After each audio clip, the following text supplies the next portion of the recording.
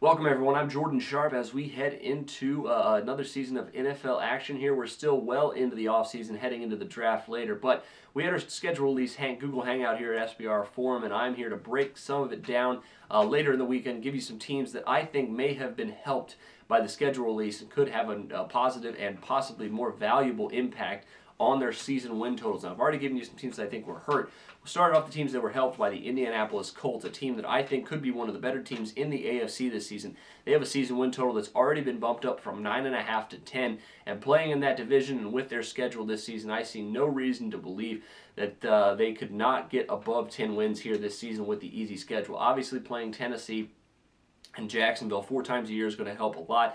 The Houston Texans are going to be a much improved football team, but the AFC, much like last year, I think is going to be down slightly this year. And with the easier schedule here, we'll lay out for the Indianapolis Colts, 11-12 wins. I think very, very feasible for this team here in Indianapolis come this season here in September. So possibly a lot of value opening up with the Colts right now.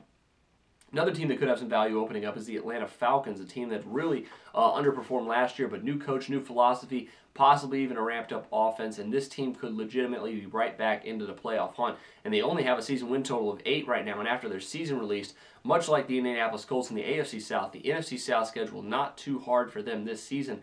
And even though the number is still the same at 8, juice has definitely gone up here for the Atlanta Falcons. Used to be, if you wanted to bet the over for the Falcons, you'd get the price at -120. Now, if you want to bet the over at 8 wins, it's -145. The sportsbooks obviously agree that the schedule release has helped them, and I think that you'll see them potentially as a value later on down the road. Now, finally, this one might be a little bit of a stretch as well, but the New York Jets, even though in that division they have to obviously play the New England Patriots a couple times a year, the Bills have been better, or the Bills are getting better, obviously, but I still think New York has the potential, if their defense is back up to par this year, to really wreak some havoc and potentially have some value and maybe make a run for the playoffs. Now, one of the reasons why I think I added them here is because their season win total is only at 6.5, which I think is pretty low to begin with, but the schedule's definitely helped them because the books have taken notice.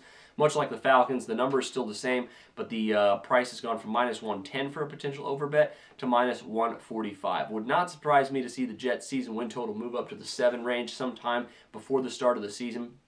If that defense, like I said, is working on that schedule, I think 7 or 8 wins is a legitimate possibility for this New York Jets team coming into the 2015 season. But that'll do it for some teams that I think were helped by the schedule release. As I mentioned, make sure you check out some of the teams that I think were hurt.